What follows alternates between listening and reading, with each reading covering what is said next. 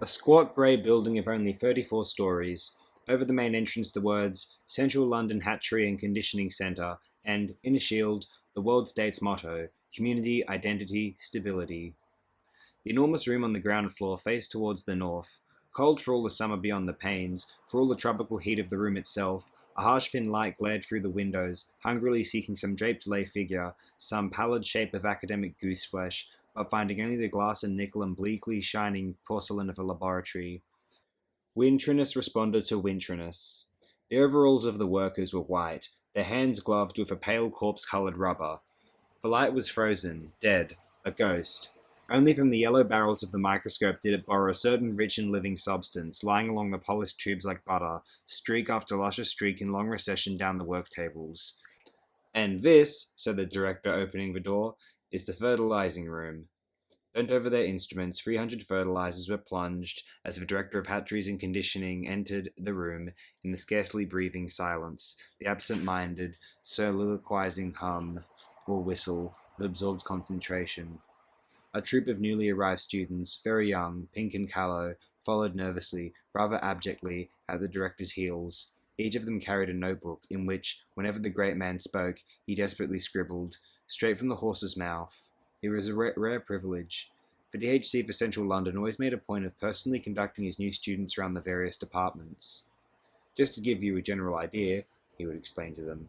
"For, of course, some sort of general idea they must have if they were to do their work intelligently, though as little of one, if they were to be good and happy members of society, as possible. For particulars, as everyone knows, make for virtue and happiness. Generalities are intellectually necessary evils. Not philosophers, but fret sawyers and stamp collectors compose the backbone of society. Tomorrow," he would add, smiling at them with a slightly menacing geniality, "you will be settling down to serious work. You won't have time for generalities. Meanwhile, it was a privilege." Straight from the horse's mouth into the notebook. The boy scribbled like mad. Tall and rather thin but upright, the director advanced into the room. He had a long chin and big, rather prominent teeth, just covered, when he was not talking, by his full, floridly curved lips. Old? Young? 30? 50? 55? It was hard to say. And anyhow, the question didn't arise. In this year of stability, AF 632, it didn't occur to you to ask it. "I shall begin at the beginning," said the DHC, and the more zealous students recorded his intention in their notebooks. "Begin at the beginning. These," he waved his hand, "are the incubators." And opening an insulated door, he showed them racks upon racks of numbered test tubes.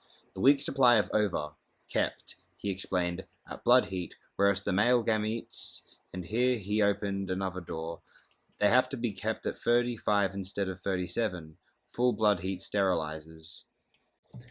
Rams wrapped in pharamagine beget no lambs." Still leaning against the incubators he gave them, while the pencils scurried ineligibly across the pages, a brief description of the modern fertilizing process, spoke first, of course, of its surgical introduction.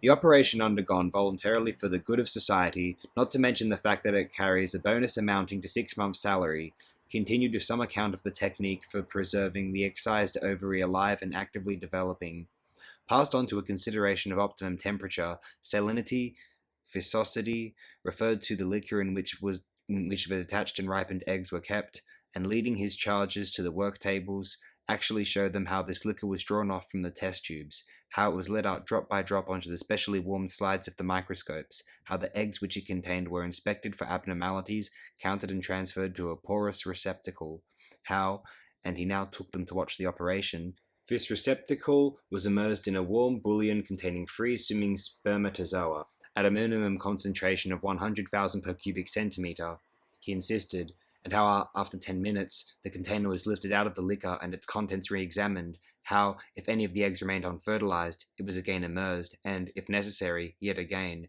how the fertilized ova went back to the incubators, where the alphas and betas remained until definitely bottled, while the gammas, deltas, and epsilons were brought out again after only 36 hours to undergo Bokanovsky's process.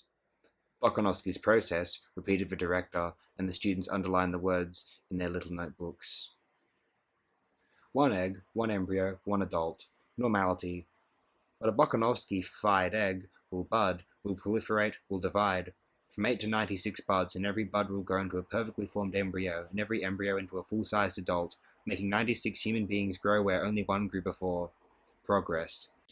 Essentially, the DHC concluded, Bokanovskification consists of a series of arrests of development. We check for normal growth and, paradoxically enough, the egg responds by budding. The pencils were busy. He pointed. On a very slowly moving band, a rack full of test tubes was entering a large metal box. Another rack full was emerging. Machinery faintly purred. It took 8 minutes for the tubes to go through, he told them. 8 minutes of hard x-rays being about as much as an egg can stand. A few died. Of the rest, the least susceptible divided into 2. Most put out 4 buds. Some 8. All were returned to the incubators, where the buds began to develop. Then, after 2 days, were suddenly chilled, and checked. 2, 4, 8. The buds in their turn budded, and having budded were dosed almost to death with alcohol, consequently burgeoned again and having budded, bud out of bud, were thereafter, further arrest being generally fatal, left to develop in peace, by which time the original egg was in a fair way to becoming anything from 8 to 96 embryos, a prodigious improvement, you will agree, on nature. Identical twins, but not in piddling 2s and 3s as in the old viviparous days, when an egg would sometimes accidentally divide, actually by dozens, by scores at a time. Scores, the director repeated and flung out his arms, as though he were distributing largesse. Scores. But one of the students was fool enough to ask where the advantage lay. My good boy, the director wheeled sharply round on him. Can't you see? Can't you see? He raised a hand. His expression was solemn. Bokanovsky's process is one of the major instruments of social stability. Major instruments of social stability. Standard men and women, in uniform batches. The whole of a small factory staffed with the products of a single Bokanovskified egg. 96 identical twins working 96 identical machines. The voice is almost tremulous of enthusiasm. You really know where you are, for the first time in history. He quoted the planetary motto, community, identity, stability. Grand words. If we could Bokanovskify indefinitely, the whole problem would be solved. Solved by standard gammas, unvarying deltas, uniform epsilons. Millions of identical twins. The principle of mass production at last applied to biology. But alas, the director shook his head, we can't Bokanovskify indefinitely. 96 seemed to be the limit, 72 a good average. From the same ovary and with gametes of the same male to manufacture as many batches of identical twins as possible. That was the best, sadly a second best, that they could do, and even that was difficult. For in nature it takes 30 years for 200 eggs to reach maturity, but our business is to stabilize the population at this moment, here and now. Dribbling out twins over a quarter of a century, what would be the use of that? Obviously, no use at all. But Podsnap's technique had immensely accelerated the process of ripening. They could make sure of at least 150 mature eggs within 2 years. Fertilize and Bokanovskify, in other words, multiply by 72, and you get an average of nearly 11,000 brothers and sisters in 150 batches of identical twins, all within 2 years of the same age.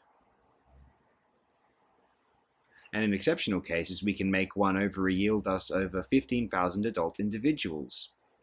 Beckoning to a fair-haired, ruddy young man who happened to be passing at the moment, Mr. Foster, he called. The ruddy young man approached. Can you tell us the record for a single ovary, Mr. Foster? 16,012 in this centre, Mr. Foster replied without hesitation. He spoke very quickly, had a vivacious blue eye, and took an evident pleasure in quoting figures. 16,012 in 189 batches of identicals. But of course they've done much better, he rattled on, in some of the tropical centres. Singapore has often produced over 16,500, and Mombasa has actually touched the 17,000 mark. But then they have unfair advantages. You should see the way a Negro ovary responds to pituitary. It's quite astonishing when you're used to working with European material. Still, he added, with a laugh, but the light of combat was in his eyes and the lift of his chin was challenging. Still, we mean to beat them if we can. I'm working on a wonderful Delta minus ovary at this moment, only just 18 months old.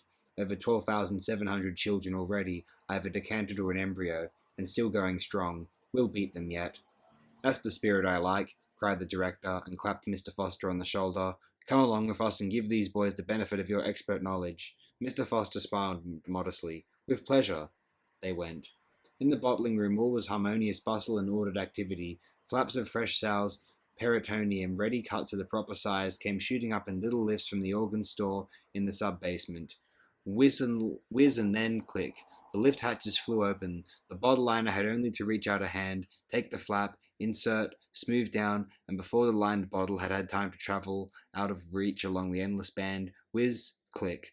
Another flap of peritoneum had shot up from the depths, ready to be slipped into yet another bottle, the next of that slow, interminable procession on the band. Next to the liners stood the matriculators. The procession advanced. One by one, the eggs were transferred from their test tubes to the larger containers.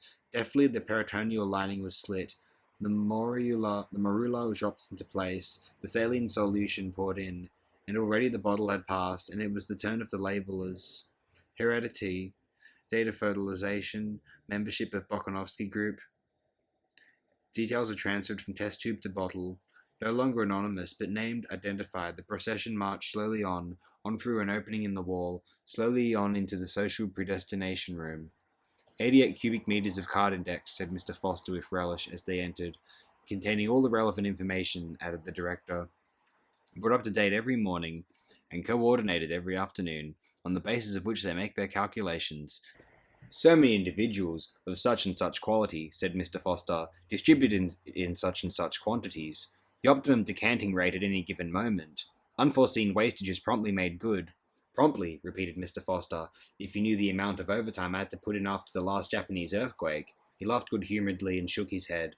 The predestinators send in their figures to the fertilizers, who give them the embryos they ask for, and the bottles come in here to be predestined in detail, after which they are sent down to the embryo store, where we now proceed ourselves. And opening a door, Mr. Foster led the way down a staircase into the basement. The temperature was still tropical. They descended into a thickening twilight. 2 doors and a passage with a double turn ensured Vasella against any possible infiltration of the day. Embryos are like photograph film, said Mr. Foster waggishly as he pushed open the second door. They can only stand red light. And in effect the sultry darkness into which the students now followed him was visible and crimson, like the darkness of closed eyes on a summer's afternoon. The bulging flanks of row on receding row and tier above tier of bottles glinted with innumerable rubies, and among the rubies moved the dim red spectres of men and women with purple eyes and all the symptoms of lupus. The hum and rattle of machinery faintly stirred the air. Give them a few figures, Mr. Foster, said the director, who was tired of talking. Mr. Foster was only too happy to give them a few figures.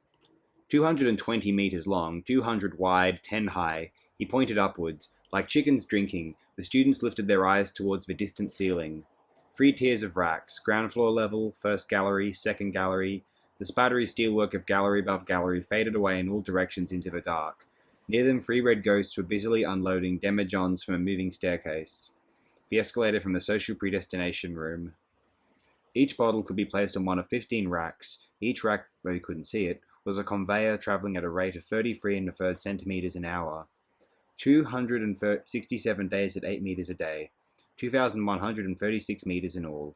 1 circuit of the cellar at ground level, 1 on the first gallery, half on the second, and 1 on the 267th morning, daylight in the decanting room. Independent existence, so called. But in the interval, Mr. Foster concluded, we've managed to do a lot to them. Oh, a very great deal. His laugh was knowing and triumphant. That's the spirit I like, said the director once more. Let's walk around. You've told them everything, Mr. Foster. Mr. Foster duly told them.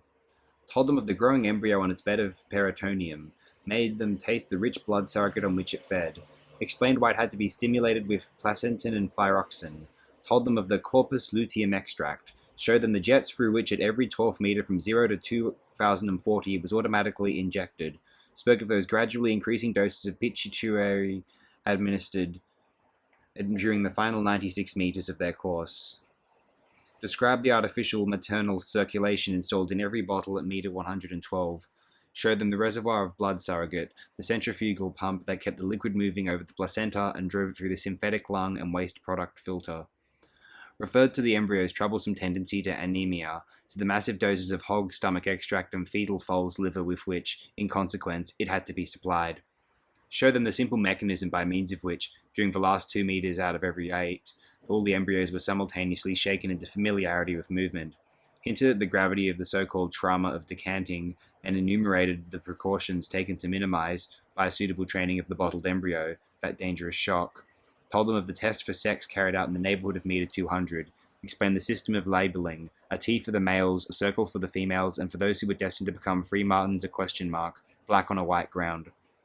For of course, said Mr. Foster, in the vast majority of cases, fertility is merely a nuisance. One fertile ovary in 1200, that would really be quite sufficient for our purposes, but we want to have a good choice, and of course one must always have an enormous margin of safety, so we allow as many as 30% of the female embryos to develop normally. The others get a dose of male sex hormone every 24 meters for the rest of the course. Result, they're decanted as free martins, structurally quite normal, except, he had to admit, that they do have the slightest tendency to grow beards. But sterile. Guaranteed sterile. Which brings us at last, continued Mr. Foster, out of the realm of mere slavish imitation of nature into the much more interesting world of human invention. He rubbed his hands, for of course, they didn't content themselves of merely hatching out embryos. Any cow could do that. We also predestine and condition. We decant our babies as socialized human beings, as alphas or epsilons, as future sewage workers or he was going to say future world controllers, but correcting himself, said future directors of hatcheries instead. The DHC acknowledged the compliment with a smile. They were passing meter 320 on rack 11. A young beta-minus mechanic was busy with screwdriver and spanner on the blood surrogate pump of a passing bottle, the hum of the electric motor deepened by fractions of a tone as he turned to nuts. Down, down, a final twist, a glance at the revolution counter, and he was done. He moved 2 paces down the line and began the same process on the next pump. Reducing the number of revolutions per minute, Mr. Foster explained. The surrogate goes round slower, therefore passes it through the lung at longer intervals, therefore gives the embryo less oxygen. Nothing like oxygen shortage for keeping an embryo below par. Again he rubbed his hands. But why do you want to keep the embryo below par? Asked an ingenuous student. Ask, said the director, breaking a long silence. Hasn't it occurred to you that an epsilon embryo must have an epsilon environment as well as an epsilon heredity?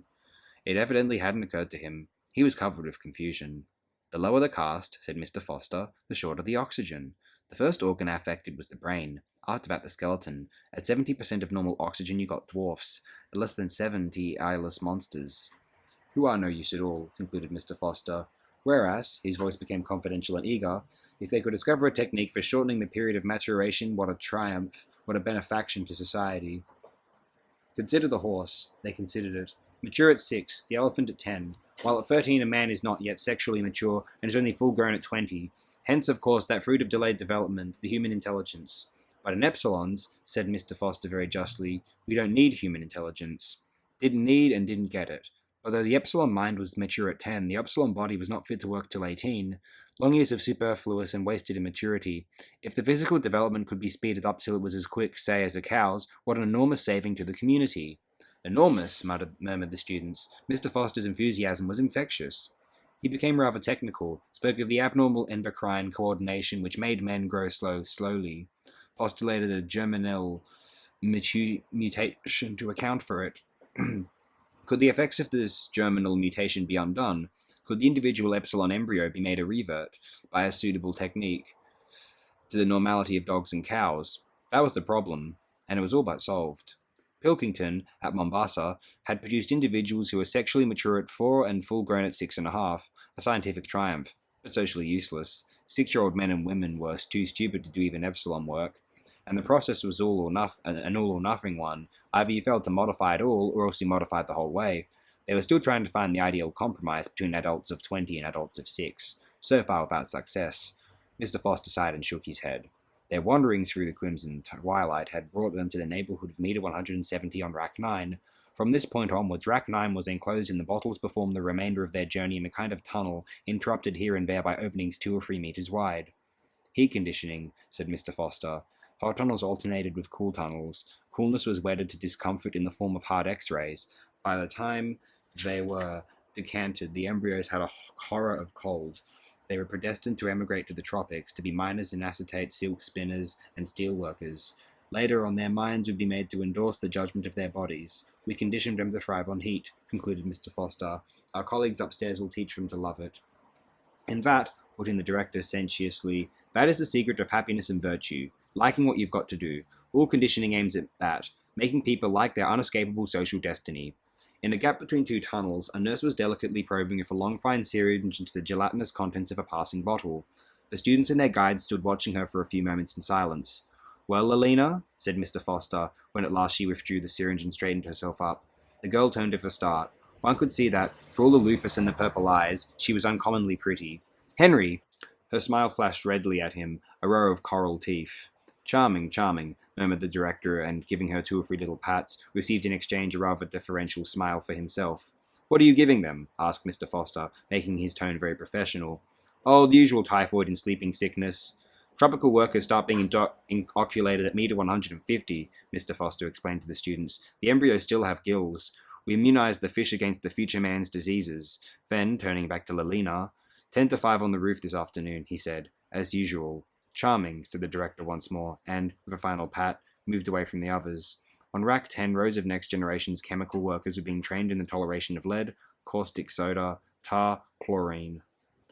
The first of a batch of 250 embryonic rocket plane engineers was just passing the 1100-meter mark on Rack 3. A special mechanism kept their containers in constant rotation. "To improve their sense of balance," Mr. Foster explained.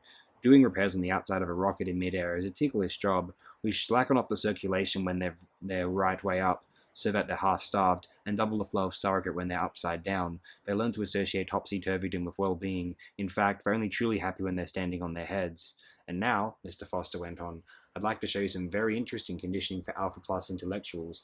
We have a big batch of them on Rack 5, first gallery level." He called to 2 boys who had started to go down to the ground floor. "They're round about meter 900, he explained. "You can't really do any useful intellectual conditioning till the fetuses have lost their tails. Follow me." But the director had looked at his watch. 10 to 3, he said. "No time for the intellectual embryos, I'm afraid. We must go up to the nurseries before the children have finished their afternoon sleep." Mr. Foster was disappointed. "At least one glance at the decanting room," he pleaded. "Very well then," the director smiled indulgently. "Just one glance." Chapter 2. Mr. Foster was left in the decanting room. The DHC and his students stepped into the nearest lift and were carried up to the 5th floor. "Infant nurseries, neo-Pavlovian conditioning rooms," announced the notice board. The director opened a door. They were in a large bare room, very bright and sunny, for the whole of the southern wall was a single window. Half a dozen nurses, trousered and jacketed in the regulation white viscose linen uniform, their hair aseptically hidden under white caps, were engaged in setting out bowls of roses in a long row across the floor. Big bowls, packed tight with blossom, thousands of petals, ripe blown and silkily smooth, like the cheeks of innumerable little cherubs, but of cherubs in that bright light, not exclusively pink and Aryan, but also luminously Chinese, also Mexican, also apoplectic with too much blowing of celestial trumpets, also pale as death, pale with the posthumous whiteness of marble. The nurses stiffened to attention as the DHC came in. "Set out the books," he said curtly. In silence, the nurses obeyed his command. Between the rose bowls, the books were duly set out. A row of nursery quartos opened invitingly, each at some gaily coloured image of beast or fish or bird. "Now bring in the children." They hurried out of the room and returned in a minute or two, each pushing a kind of tall, dumb waiter laden, on all its 4 wire-netted shelves, with 8-month-old babies, all exactly alike, a Bokanovsky group, it was evident, and all, since their caste was Delta, dressed in khaki. "Put them down on the floor." The infants were unloaded. "Now turn them so that they can see the flowers and books." Turned, the babies at once fell silent, then began to crawl towards those clusters of sleek colours, those shapes so gay and brilliant on the white pages. As they approached, the sun came out of a momentary eclipse behind a cloud. The roses flamed up as though with a sudden passion from within. A new and profound significance seemed to suffuse the shining pages of the books. From the ranks of the crawling babies came little squeaks of excitement, gurgles, and twitterings of pleasure. The director rubbed his hands. "Excellent," he said. "It might almost have been done on purpose." The swiftest crawlers were already at their goal. Small hands reached out uncertainly, touched, grasped, unpetaling the transfigured roses, crumpling the illuminated pages of the books. The director waited until all were happily busy. Then, "Watch carefully," he said, and, lifting his hand, he gave the signal. The head nurse, who was standing by a switchboard at the other end of the room, pressed down a little lever. There was a violent explosion. Shriller and even shriller, a siren shrieked. Alarm bells maddeningly sounded. The children started, screamed, their faces were distorted with terror. "And now," the director shouted, for the noise was deafening, "now we proceed to rub in the lesson with a mild electric shock." He waved his hand again, and the head nurse pressed a second lever. The screaming of the baby suddenly changed its tone. There was something desperate, almost insane, about the sharp, spasmodic yelps to which they now gave utterance. Their little bodies twitched and stiffened. Their limbs moved jerkily as if to the tug of unseen wires. "We can electrify that whole strip of floor," bawled the director in explanation. "But that's enough," he signaled to the nurse. The explosion ceased. The bell stopped ringing. The shriek of the siren died down from tone to tone into silence. The stiffly twitching bodies relaxed, and what had become the sob and yelp of infant maniacs broadened out once more into a normal howl of ordinary terror. "Offer them the flowers and the books again." The nurses obeyed, but at the approach of the roses, at the mere sight of those gaily coloured images of Pussy and Cock-a-doodle-doo and Bar Black Sheep, the infants shrank away in horror. The volume of their howling suddenly increased. "Observe," said the director triumphantly. "Observe. Books and loud noises, flowers and electric shocks. Already in the infant mind that these couples are compromisingly linked, and after 200 repetitions of the same or a similar lesson would be webbed indissolubly. What man has joined, nature is powerless to put asunder. They'll grow up with what the psychologists used to call an instinctive hatred of books and flowers. Reflexes unalterably conditioned. They'll be safe from books and botany all their lives." The director turned to his nurses. "Take them away again." Still yelling, the khaki babies were loaded onto their dumb waiters and wheeled out, leaving behind them the smell of sour milk and a most welcome silence. One of the students held up his hand, and though he could see quite well why he couldn't have lower caste people wasting the community's time over books, that there was always the risk of their reading something which might undesirably decondition one of their reflexes, yet, well, he couldn't understand about the flowers. Why go to the trouble of making it psychologically impossible for deltas to like flowers? Patiently, the DHC explained, if the children were made to scream at the sight of a rose, that was on grounds of high economic policy. Not so very long ago, a century or thereabouts, gammas, deltas, even epsilons, had been conditioned to like flowers in particular and wild nature in general. The idea was to make them want to be going out into the country at every available opportunity, and so compel them to consume transport. "And didn't they consume transport?" asked the student. "Quite a lot," the DHC replied, "but nothing else. Primroses and landscapes," he pointed out, "have one grave defect. They are gratuitous. A love of nature keeps no factories busy. It was decided to abolish the love of nature, at any rate among the lower classes. To abolish the love of nature, but not the tendency to consume transport. For of course it was essential that they should keep on going to the country, even though they hated it. The problem was to find an economically sounder reason for consuming transport than a mere affection for primroses and landscapes. It was duly found. We condition the masses to hate the country," concluded the director, "but simultaneously we condition them to love all country sports. At the same time, we see to it that all country sports shall entail the use of elaborate apparatus, so that they consume manufactured articles as well as transport. Hence those electric shocks." "I see," said the student, and was silent, lost in admiration. There was a silence. Then, clearing his throat, "Once upon a time," the director began, "while our Ford was still on Earth, there was a little boy called Reuben Rabinovich. Reuben was the child of Polish-speaking parents." The director interrupted himself. "You know what Polish is, I suppose?" "A dead language." "Like French and German," added another student, officiously showing off his learning. "And parent?" questioned the DHC. There was an uneasy silence. Several of the boys blushed. They had not yet learned to draw the significant but often very fine distinction between smart and pure science. One, at last, had the courage to raise a hand. "Human beings used to be—" He hesitated. The blood rushed to his cheeks. "Well, they used to be viviparous." "Quite right," the director nodded approvingly. "And when the babies were decanted, born," came the correction. Then they were the parents. I mean, not the babies, of course, the other ones." The poor boy was overwhelmed with confusion. "In brief," the director summed up, "the parents were the father and the mother." The smut that was really science fell with a crash into the boy's eye, avoiding silence. "Mother," he repeated loudly, rubbing in the science and leaning back in his chair. "These," he said gravely, "are unpleasant facts. I know it. But then most historical facts are unpleasant." He returned to little Reuben, in whose room one evening by an oversight his father and mother, crash, crash, happened to leave the radio turned on. For you must remember that in those days of gross viviparous reproduction, children were always brought up by their parents and not in state conditioning centres. While the child was asleep, a broadcast program from London suddenly started to come through, and the next morning, to the astonishment of his crash and crash, the more daring of the boys ventured to grin at one another. Little Reuben woke up repeating word for word a long lecture by that curious old writer, one of the very few whose works have been permitted to come down to us. George Bernard Shaw, who was speaking according to a well-authenticated tradition about his own genius. To little Reuben's wink and snigger, this lecture was, of course, perfectly incomprehensible, and, imagining that their child had suddenly gone mad, they sent for a doctor. He, fortunately, understood English, recognized the discourse as that which Shaw had broadcasted the previous evening, realized the significance of what had happened, and sent a letter to the medical press about it. The principle of sleep teaching, or hypnopedia, has been discovered. The DHC made an impressive pause. The principle had been discovered, but many, many years were to elapse before that principle was usefully applied. The case of little Reuben occurred only 23 years after Al Ford's first T model was put on the market. Here the director made a sign of the T on his stomach, and all the students reverently followed suit. And yet, furiously the students scribbled, Hypnopedia, first used officially in AF 214. Why not before? 2 reasons. A.